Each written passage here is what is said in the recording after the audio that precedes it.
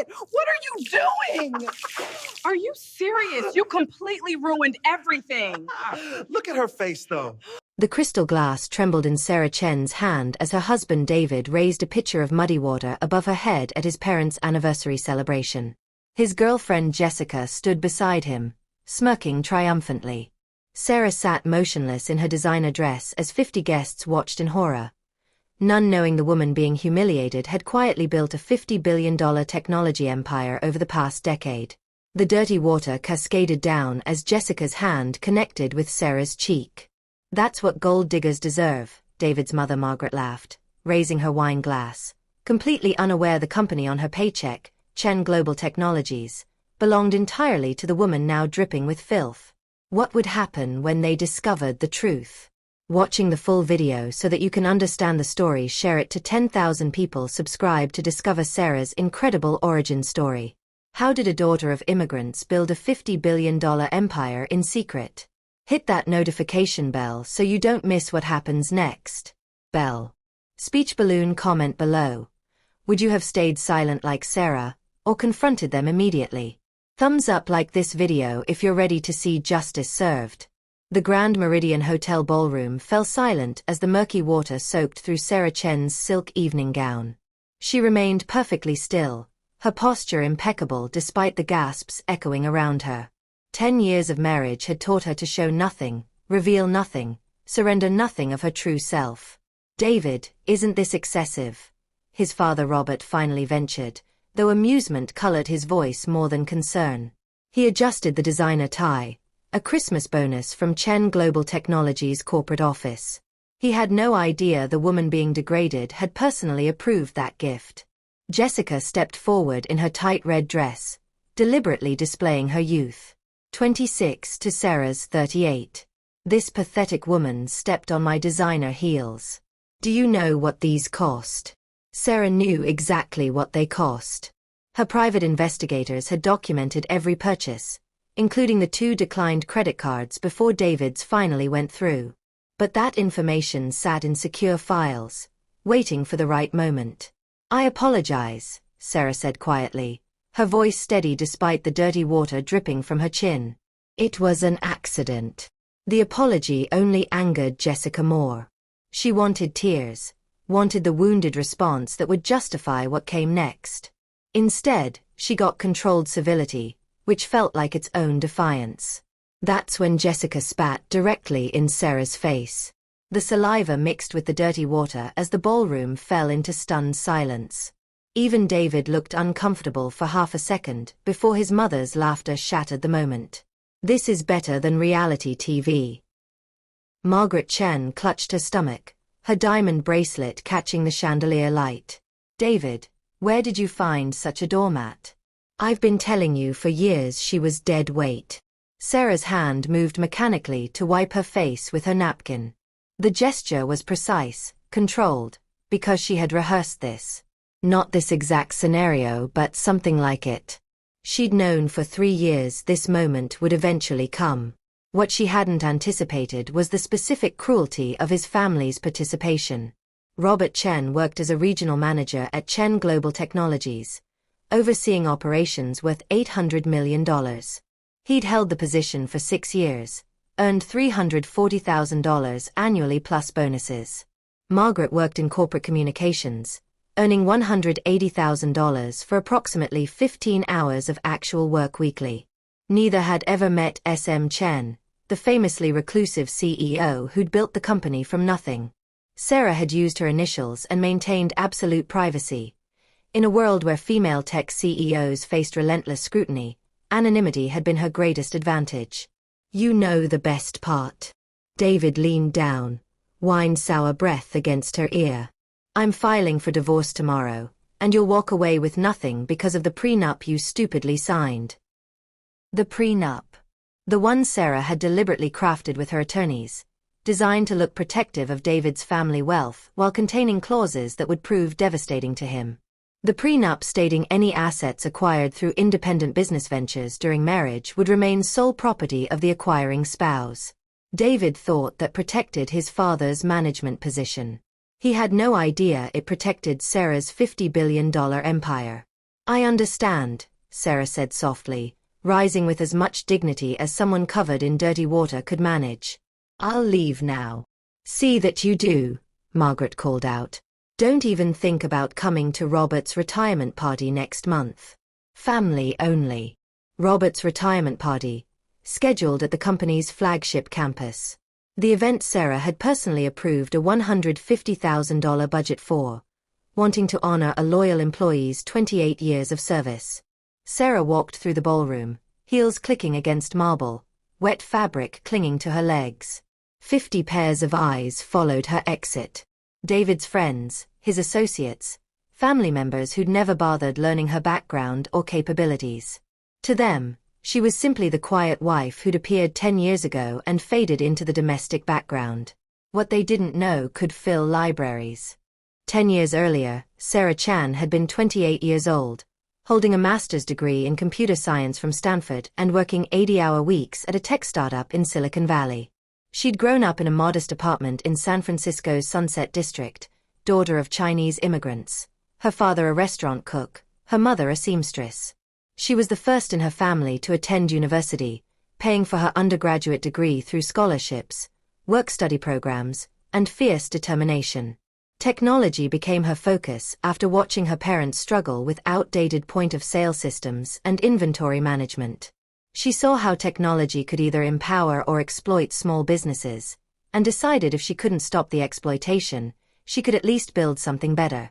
Her master's thesis proposed a revolutionary cloud-based business management platform specifically designed for immigrant-owned small businesses. Affordable, multilingual, intuitive. 3 professors told her the market was too niche. 2 venture capital firms laughed her out of meetings. 1 older investor told her to find a husband and leave business to people who understood American markets. She met David Chan at a tech industry gala in San Francisco. He was handsome, charming, working in his father's corporate management consulting firm with vague plans to innovate that never materialized into actual work. He told her she was brilliant, captivating. He introduced her to his parents as the smartest woman I've ever met.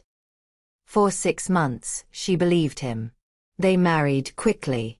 Too quickly, her mother warned. But Sarah was tired of being alone, tired of the grinding schedule, seduced by the idea of a partner who understood the industry. The prenup seemed reasonable, his family's wealth versus her student loans. She signed it without argument because she'd already decided her real venture would remain separate, protected, entirely her own. 2 months after the wedding, she incorporated SM Technologies using $47,000 she'd saved over 6 years. Her first product was the business management platform from her thesis, refined and perfected. She targeted Chinese restaurants first. Her father's contacts provided initial beta testers. The platform worked brilliantly. Word spread through immigrant business communities. Vietnamese nail salons adopted it. Korean dry cleaners. Mexican taquerias. Indian grocery stores. Within 18 months, she had 12,000 small business clients paying monthly subscription fees. She rolled every dollar into development, hiring brilliant engineers, expanding features, improving security.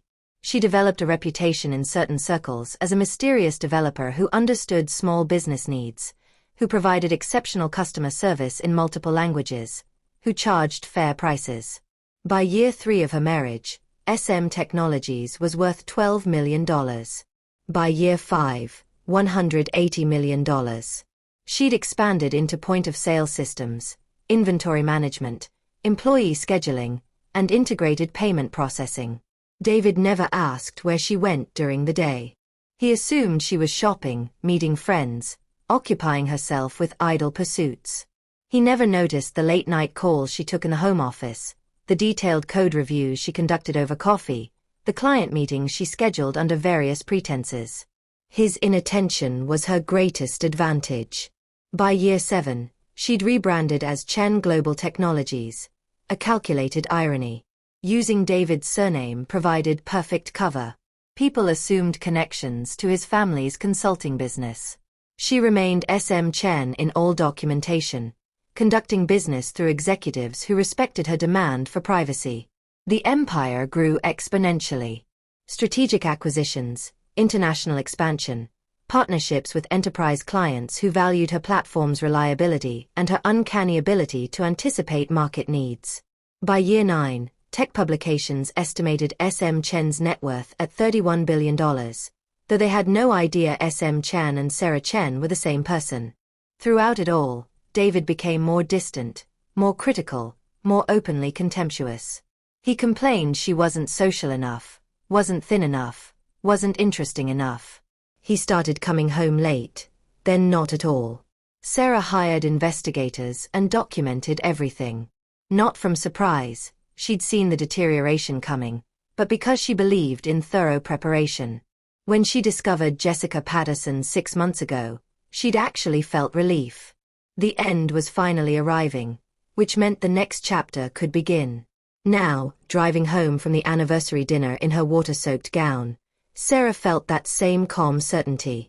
She pulled into her garage, sat in the darkness for a moment, then reached for her phone.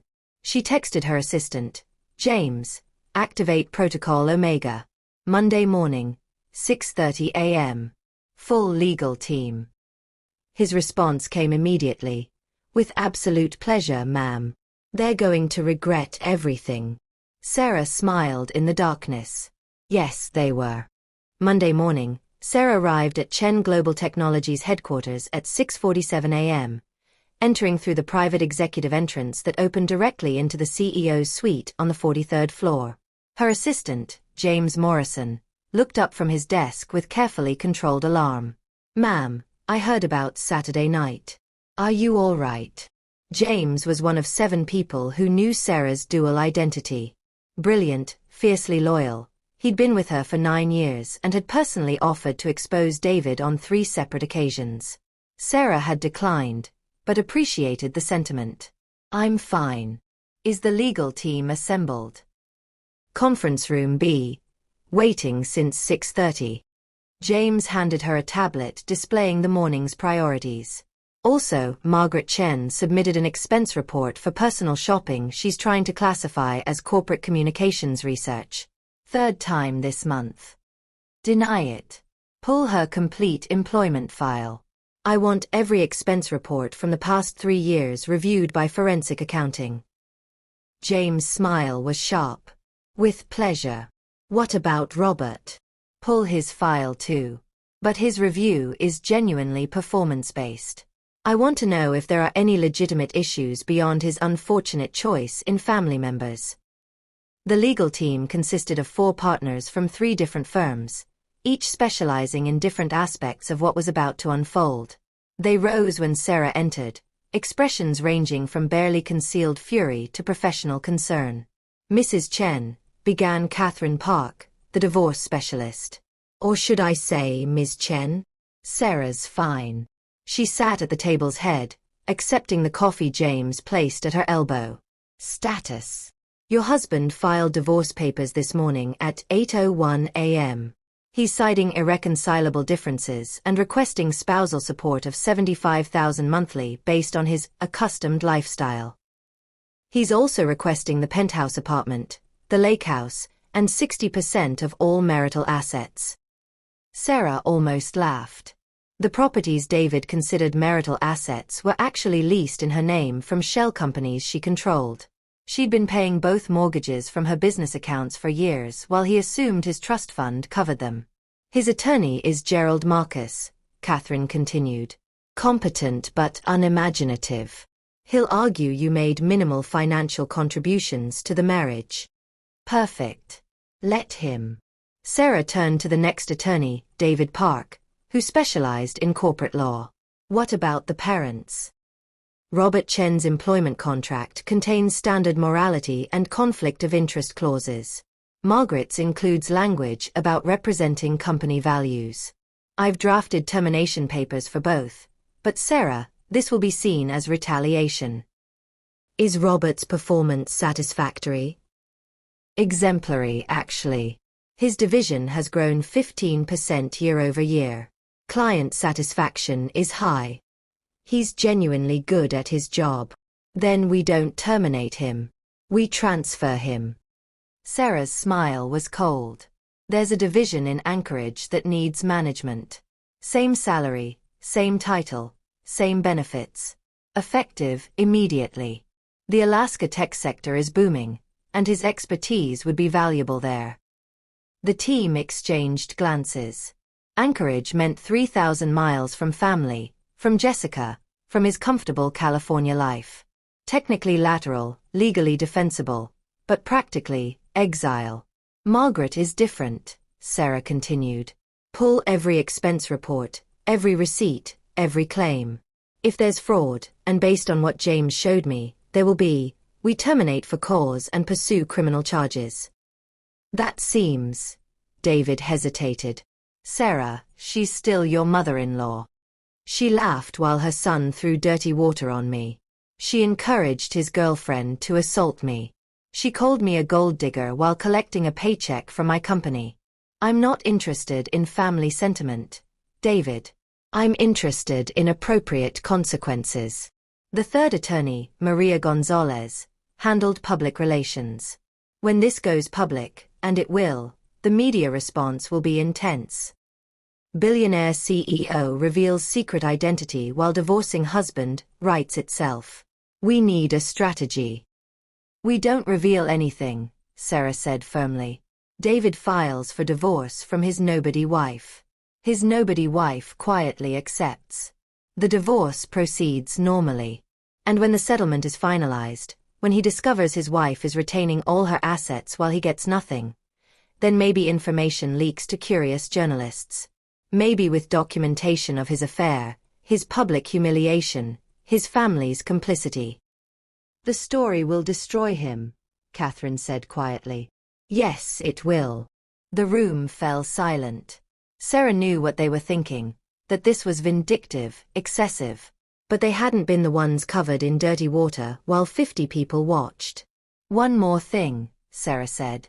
Every property David has toured with Jessica in the past year. I want our acquisition team to purchase all of them before he can make offers. James, standing by the door, actually giggled. David's attorney requested an asset disclosure meeting for the following Thursday. Standard procedure, both parties present documentation of income, property, investments, debts. Gerald Marcus had assured David it would be quick. His wife had no career, no income, no assets of consequence. The meeting took place at Marcus' law office in downtown San Francisco. David arrived with Jessica, who insisted on attending despite the attorney's protests. Sarah arrived alone, carrying a single leather portfolio. Mrs. Chen, thank you for coming. Gerald Marcus was 63, silver-haired, radiating confidence. This should be straightforward. We'll review your financial disclosure, discuss settlement parameters, and hopefully reach an amicable agreement. Of course. Sarah sat across from David, who refused to meet her eyes. Jessica sat beside him, hand possessively on his thigh, smile triumphant. Let's begin with income, Marcus said, pulling out David's disclosure. My client earns approximately $185,000 annually as a consultant, plus a trust fund valued at $3.2 million, property holdings valued at approximately $4.7 million, and various investments totaling another $900,000. He looked up expectantly. Mrs. Chen, your disclosure? Sarah opened her portfolio and extracted a single page. She slid it across the table. Marcus frowned as he read. Then his frown deepened. Then his face went pale. This must be an error. No error, Catherine Park said calmly from beside Sarah. Those are accurate figures. But this says, Marcus looked at David, then at Sarah, then back at the paper. This says your client has a net worth of $50.3 billion. Correct. The number hung in the air like smoke. David's mouth opened, closed, opened again. Jessica's hand slipped from his thigh. That's impossible, David finally managed. She doesn't work. She doesn't. There's no way. Mrs. Chen is the sole owner and CEO of Chen Global Technologies, Catherine continued smoothly. The company she founded 12 years ago, 3 years before your marriage, which she continued building throughout your relationship.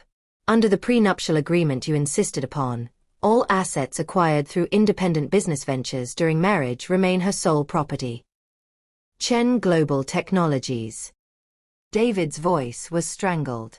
That's my family name.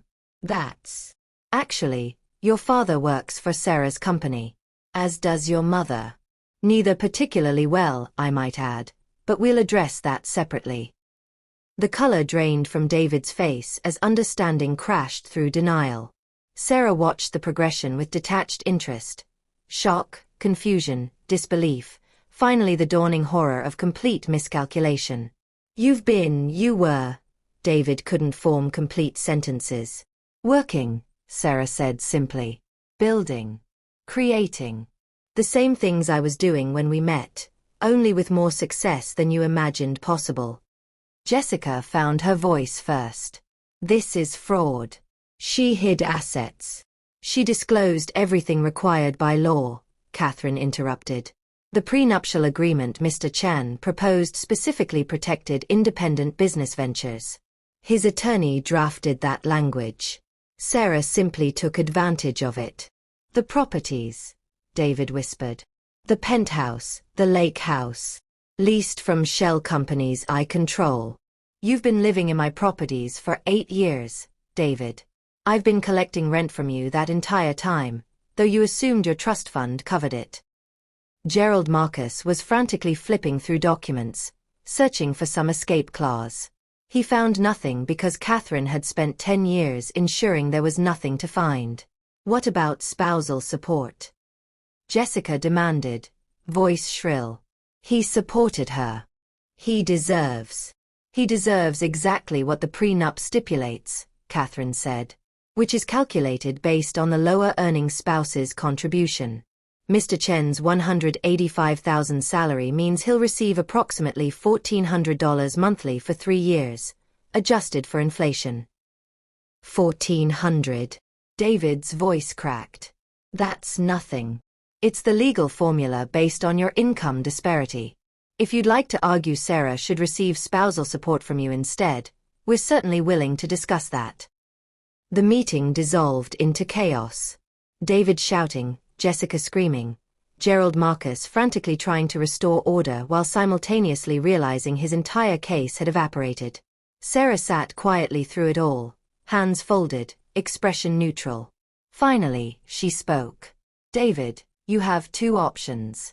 Accept the prenup terms and walk away with your trust fund intact.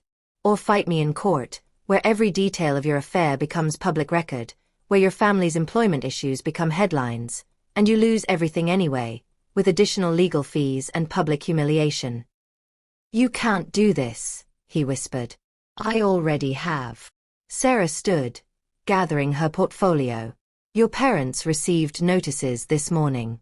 Robert is being transferred to Anchorage next month. Margaret is under investigation for expense fraud. She walked out, leaving devastation behind. The divorce finalized 63 days later. David contested nothing, accepted the minimal spousal support, and moved into a studio apartment in Oakland with Jessica. His trust fund, while substantial, proved insufficient for the lifestyle he'd imagined. Jessica left him within 4 months. Margaret Chen was terminated after forensic accounting revealed $340,000 in fraudulent expense claims over 3 years. Criminal charges were filed. She pleaded guilty to avoid trial, receiving 2 years probation plus restitution payments. Her comfortable life evaporated overnight. Robert Chen accepted the transfer to Anchorage. In a surprising twist, he thrived there, later telling colleagues it was the best career move he'd made in 20 years. He sent a thank you card to the corporate office, not knowing SM Chen would read it personally. The media discovered the story eventually. A leaked email here, a curious tech journalist there. Secret billionaire divorces husband who humiliated her, ran on TechCrunch. Forbes did a full profile on SM Chen, finally revealing the woman behind the empire. Business Insider called it the most satisfying revenge story in Silicon Valley history. Sarah gave exactly 1 interview to a female tech journalist she respected. Was it worth it? The journalist asked. The secrecy, the hidden life, the years of pretending? Sarah considered the question carefully. I didn't build Chen Global Technologies to get revenge on a man who hadn't even betrayed me yet. I built it because I believed in the work, because I wanted to prove technology could empower instead of exploit. The fact that my ownership remained hidden was practical, not vindictive. Female tech CEOs face different scrutiny. I avoided that by staying anonymous. And the revenge? Sarah showed the first genuine smile she'd displayed in months. That was just a bonus. A very satisfying bonus.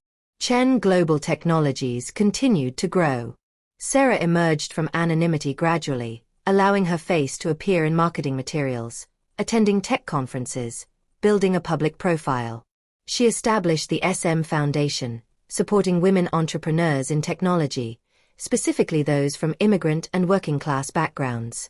She funded coding boot camps, business incubators, and mentorship programs. She never remarried, never even dated seriously. When asked about it, she'd smile and say she was too busy building empires to waste time on people who couldn't appreciate the one that already existed. Sometimes, late at night in her office overlooking San Francisco Bay, she'd remember the feeling of dirty water soaking through silk, of spit sliding down her cheek, of David's hand on Jessica's back as his mother laughed. She'd remember, and she'd smile, and she'd return to her work. Building, creating, proving every single day that the woman they dismissed as nothing had become everything they'd never imagined possible. The conference room on the 43rd floor of Chen Global Technologies headquarters held 27 people, all waiting for SM Chen to arrive. Outside the floor-to-ceiling windows, San Francisco glittered in the late afternoon sun. Sarah entered at exactly 3 p.m., her presence commanding immediate silence. At 43, she'd stopped hiding behind anonymity and cultivated a reputation that made anonymity irrelevant. Forbes had recently ranked her the 18th richest person in the world. Bloomberg called her the most influential tech entrepreneur of the 21st century. The Wall Street Journal ran a cover story, How Sarah Chen Changed Technology Forever. Thank you for coming, she said, moving to the head of the table. I'll keep this brief. We're announcing the Small Business Empowerment Initiative today, a $2 billion program to provide free technology platforms to immigrant-owned businesses across 15 major cities. James, now her chief of staff, distributed presentation folders to each attendee. The first city receiving support is San Francisco's Sunset District. Some of you may recognize the area. It's where our CEO grew up. Sarah smiled slightly. We're also announcing the Chen Scholarship. Full-ride funding for 100 students annually from working-class backgrounds pursuing degrees in computer science, business, or engineering. The first recipient is Maria Rodriguez from San Francisco, daughter of a restaurant cook and a seamstress. The journalists scribbled notes. Television cameras recorded. Sarah answered questions with practiced ease, discussing technology access, economic empowerment, sustainable business models, all the things she'd been building toward for 15 years. The press conference ended at 4:30. As the room cleared, James approached with his tablet. You have 3 items requiring immediate attention. First, Robert Chen is requesting a transfer back to the West Coast. His wife misses California, and apparently Alaska winters are character-building but exhausting. Approve it. Seattle Division. He's earned it. Second, David Chen's LinkedIn shows he's working as a junior consultant in Oakland. Salary appears to be around $47,000 annually. Sarah felt nothing. David had become irrelevant the moment she'd walked out of Gerald Marcus' office 5 years ago. And third, Jessica Patterson is engaged to a dentist from San Jose. Sarah gathered her materials. Good for her. What's my evening look like? Dinner with the mayor at 7 to discuss the Small Business Initiative, James continued. Then you're speaking at the Women in Tech conference at 9. Cancel the conference. I'm exhausted, and I've given that speech 4 times this month. You're the keynote, Sarah. 2,000 women paid $500 each to hear you talk about building empires in silence. She sighed. Fine. But I'm leaving by 10 regardless of networking obligations. James grinned. There's also a personal item. You received a letter, physical mail, handwritten, addressed to you personally. He handed her a cream-colored envelope with elegant script. No return address, but the postmark read Anchorage, Alaska. Sarah opened it, curious. Dear Ms. Chen. I'm writing this because I need to say something I should have said 5 years ago. I'm sorry. I'm sorry for how my family treated you. I'm sorry for laughing when my son humiliated you. I'm sorry for every dismissive comment, every moment I treated you like you were less than us when the truth was the complete opposite. I didn't write sooner because I was angry. Angry about Margaret's arrest. Angry about David's divorce. Angry about what I perceived as your revenge. But 5 years in Alaska gives a person time to think. What I've realized is that you didn't take revenge. You simply stopped protecting us from the consequences of our own actions. My wife committed fraud. My son was cruel and unfaithful. I stood by and watched, even encouraged it. You didn't destroy our family. We did that ourselves. You just removed the safety net we didn't know we were standing in. The transfer to Anchorage was the best thing that happened to my career.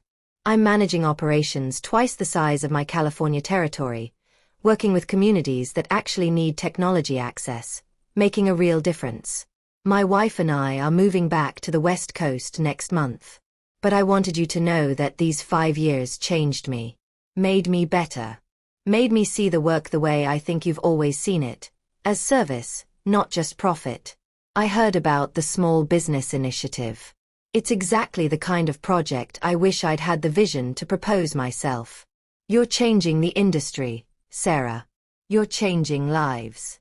Thank you for that. And again, I'm sorry for not seeing you clearly when it mattered.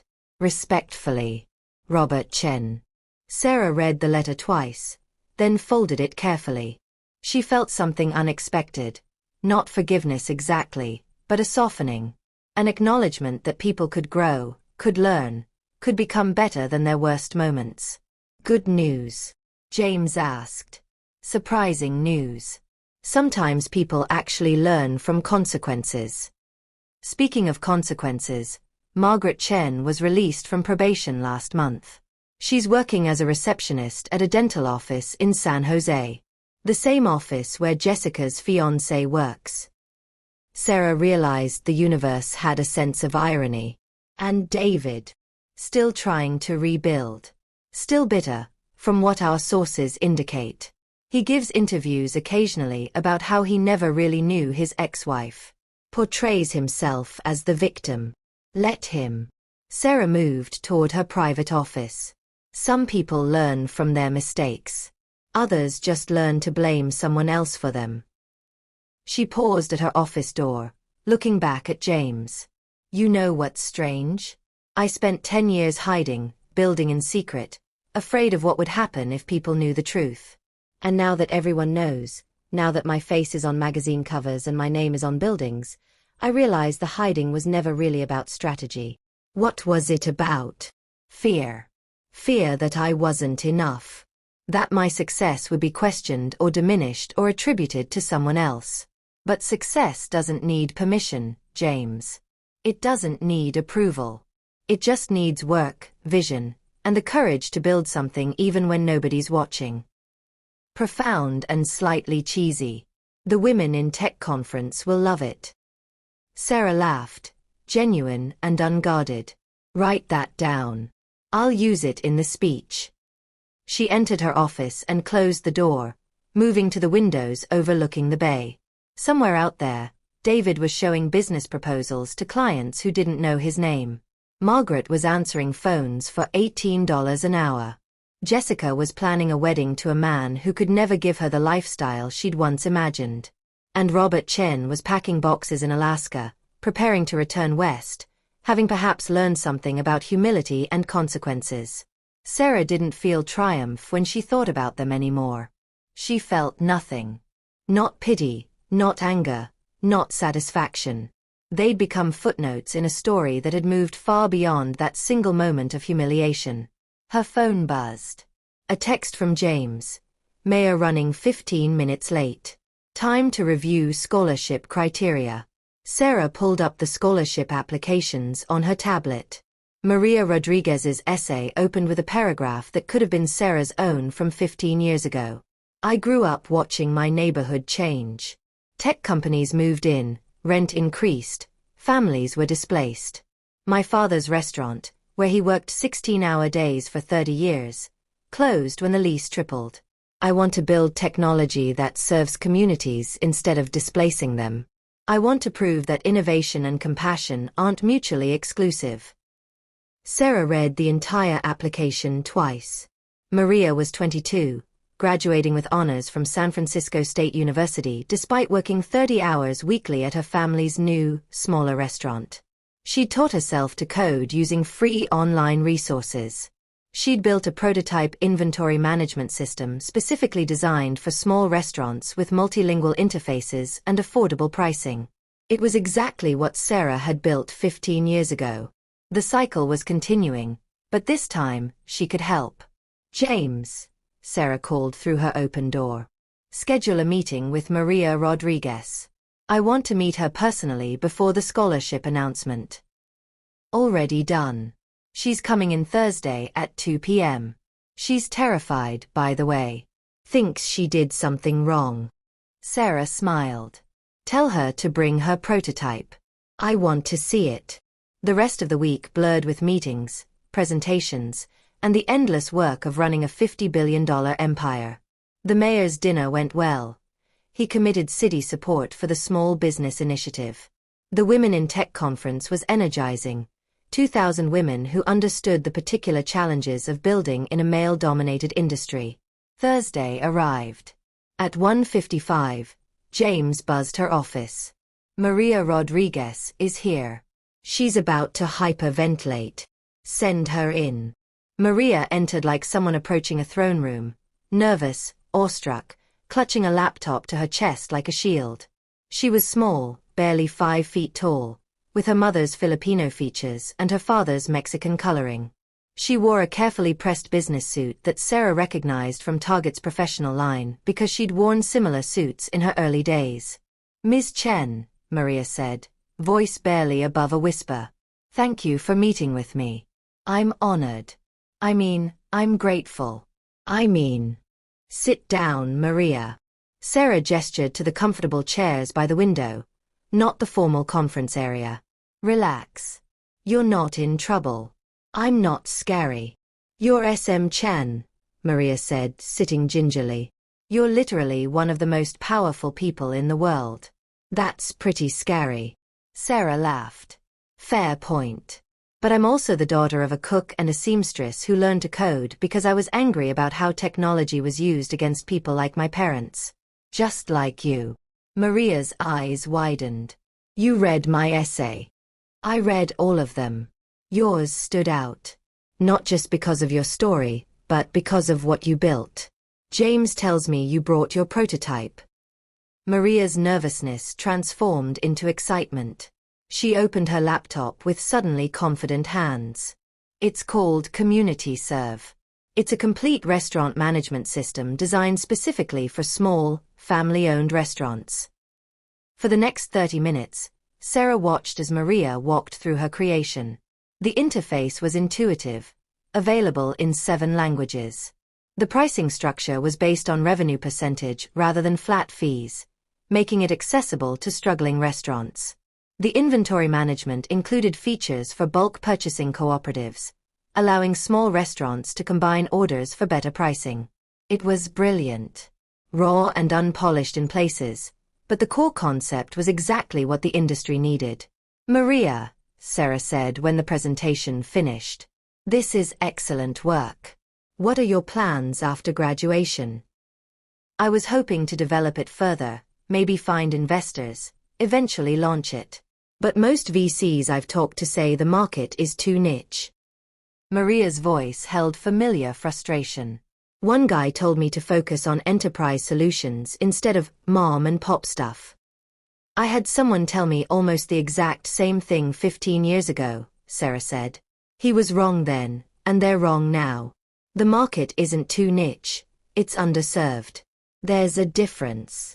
She made a decision that would have seemed impulsive to anyone who didn't know her, but Sarah had built an empire on trusting her instincts about people and ideas. I'm not just giving you the scholarship, Maria. I'm offering you something else. A position at Chen Global Technologies as a junior product developer, reporting directly to our small business division.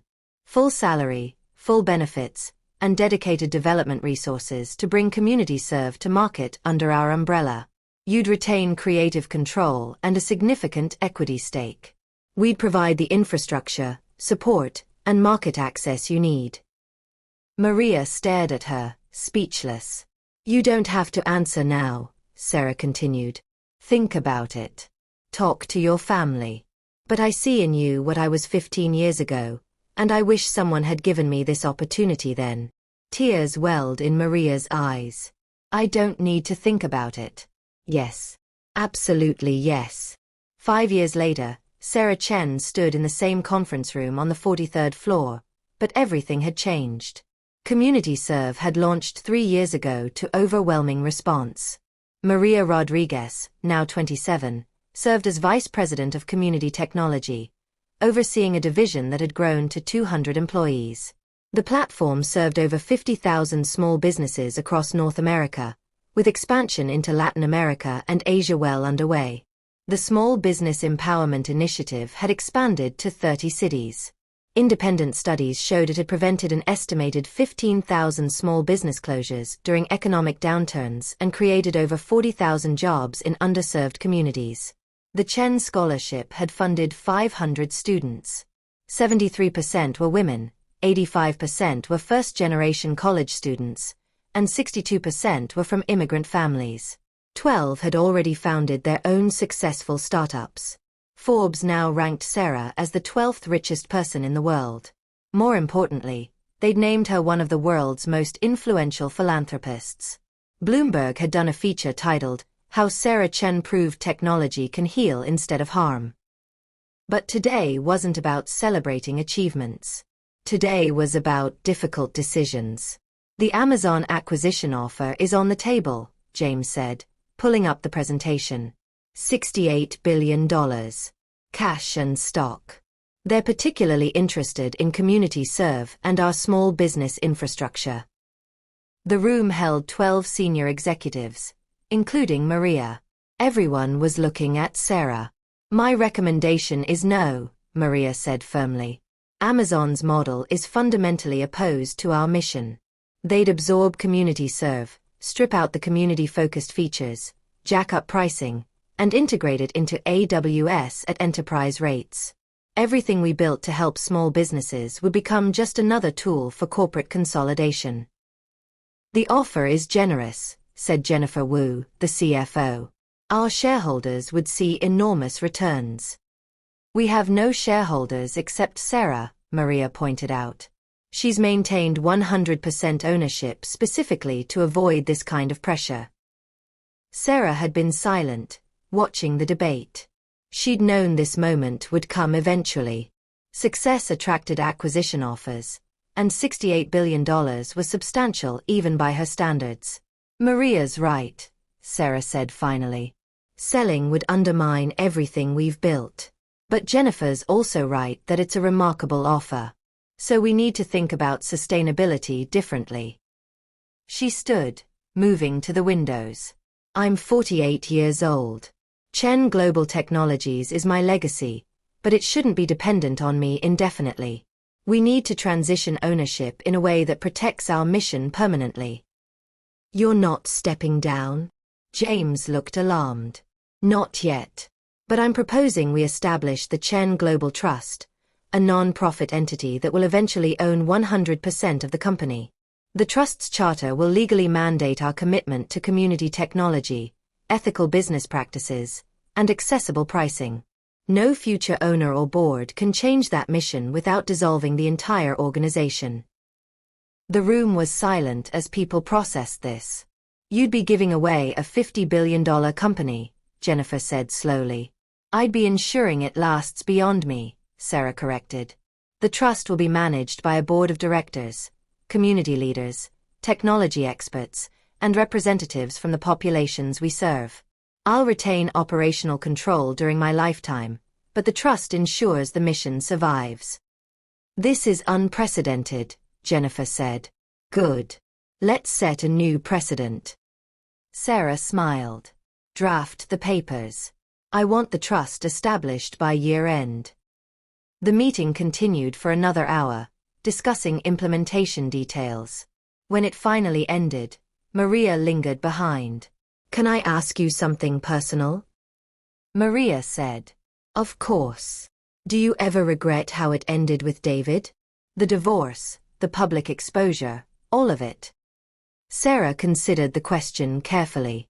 I don't regret protecting myself or establishing appropriate consequences. But I do regret that it had to happen at all. I regret marrying someone who never really saw me. I regret wasting 10 years hoping he'd change. But you built an empire in those 10 years. I did. But I also lived a divided life, hiding essential parts of myself. That kind of hiding damages you, even when it's strategic. Sarah looked at Maria seriously. Don't make that mistake. When you find someone, if you find someone, make sure they see all of you. The brilliant coder, the business leader, the daughter, the dreamer. All of it. You shouldn't have to hide to be loved. Maria nodded slowly. Is that why you never remarried? Partially. Mostly I've been too busy. Sarah smiled. But also because I learned I'd rather be alone and whole than partnered and diminished. That's not cynicism, it's self-respect. Her phone buzzed. A text from an unknown number. Ms. Chen, this is Robert Chen. I'm retiring next month after 33 years in tech. I wanted to thank you personally for the opportunity to finish my career with purpose. The Seattle team is thriving. I hope you're proud of what you've built, not just the company, but the culture of integrity. You changed my life. Thank you. Sarah showed Maria the text. Are you going to respond? Yes. Some people deserve acknowledgement when they grow. Robert Chen's retirement party was scheduled for a Friday evening at Chen Global Technologies' Seattle campus. Sarah hadn't planned to attend. She typically sent senior executives to represent her at regional events, but something about his text message lingered. I'm going to Seattle, she told James on Tuesday. For Robert's retirement. James looked surprised. After everything? Because of everything, Sarah said. He's one of the few who genuinely learned and changed. That deserves recognition. The Seattle campus was newer than the San Francisco headquarters, built 3 years ago specifically to house the expanding Northwest operations. Robert had overseen its development, and the results were impressive. Sustainable architecture, community spaces, on-site childcare, and technology training facilities open to the public. Sarah arrived Friday afternoon, hours before the evening event. She wanted to tour the campus, see what Robert had built. The facilities manager, Jennifer Tanaka, gave her the tour personally. Mr. Chen insisted on the community tech lab, Jennifer explained, showing Sarah a state-of-the-art computer facility. It's open to the public 6 days a week, free coding classes, resume workshops, job training. We've had over 2,000 community members use it this year. That wasn't in the original plans, Sarah noted. No, but Mr. Chen argued it aligned with company values. He was right.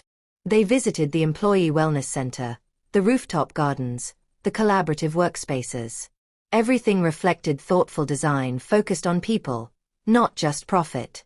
Mr. Chen talks about you often, Jennifer said as they finished the tour. He calls you the most ethical leader he's ever worked for. Says you taught him what technology should be. I think Alaska taught him that, Sarah said. I just gave him the opportunity. The retirement party began at 6 p.m. 200 employees attended, filling the campus's main event space. Sarah entered quietly, staying in the back, content to observe.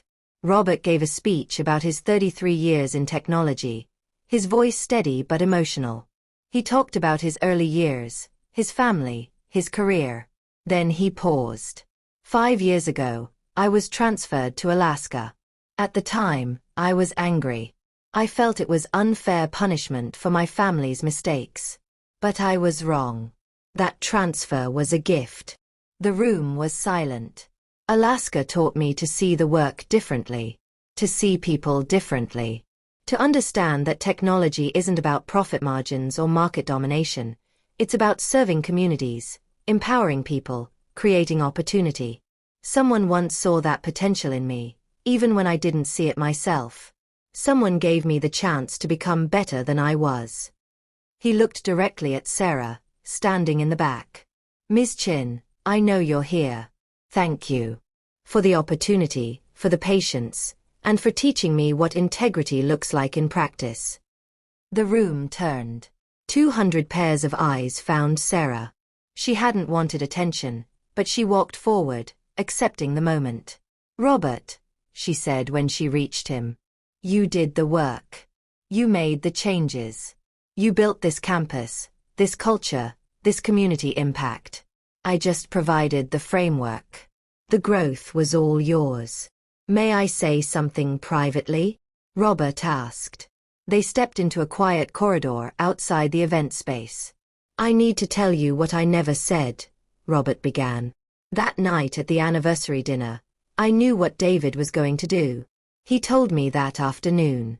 He thought it was funny, thought the whole thing would be entertaining. I didn't stop him. I laughed along with Margaret. I participated in your humiliation. Sarah had suspected this but never confirmed it. I've carried that shame for 10 years, Robert continued. Not because you punished me. The transfer, while difficult initially, genuinely helped my career. But because I failed as a human being. I watched cruelty happen, participated in it, and felt nothing until it had consequences for me. Why tell me now? Because I'm retiring, and I don't want to carry it anymore. Because you deserve to hear an actual apology, not the professional one I sent years ago. Because. His voice cracked slightly. Because my daughter got married last year. Beautiful ceremony. Wonderful partner. And during his vows, her husband talked about how she inspired him to be better, how her integrity challenged him to grow. I realized that's what you did for me, Sarah. You challenged me to grow, even though I didn't deserve the chance. Sarah felt unexpected emotion. People can change, Robert. You proved that. Not everyone does, but you did. David didn't. No. But David's not my concern anymore. He made his choices. You made yours. The difference is meaningful. Robert nodded, tears in his eyes.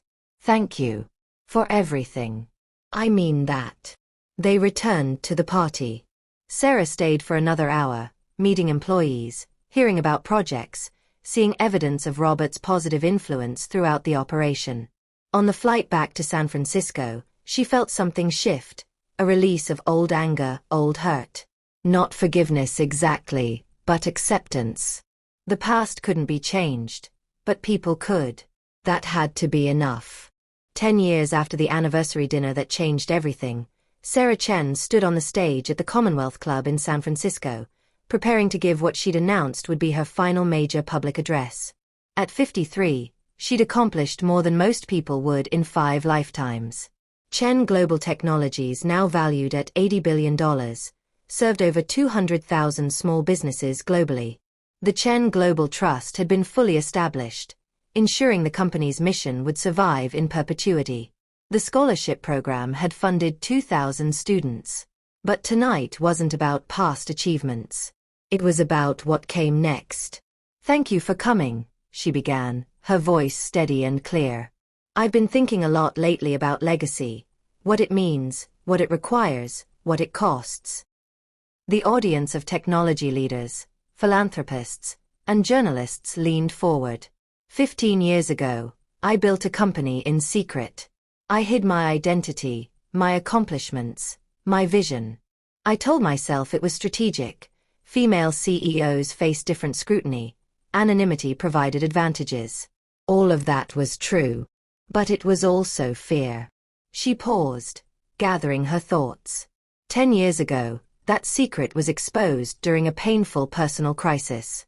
My ex-husband humiliated me publicly, never knowing I owned everything he'd ever dreamed of having.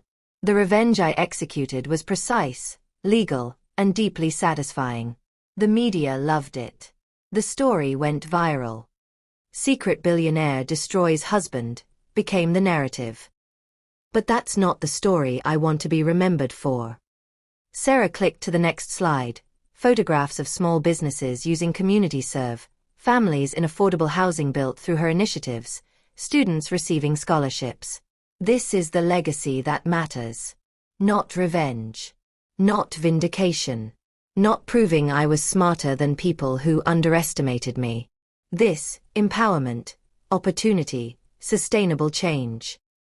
She took a breath.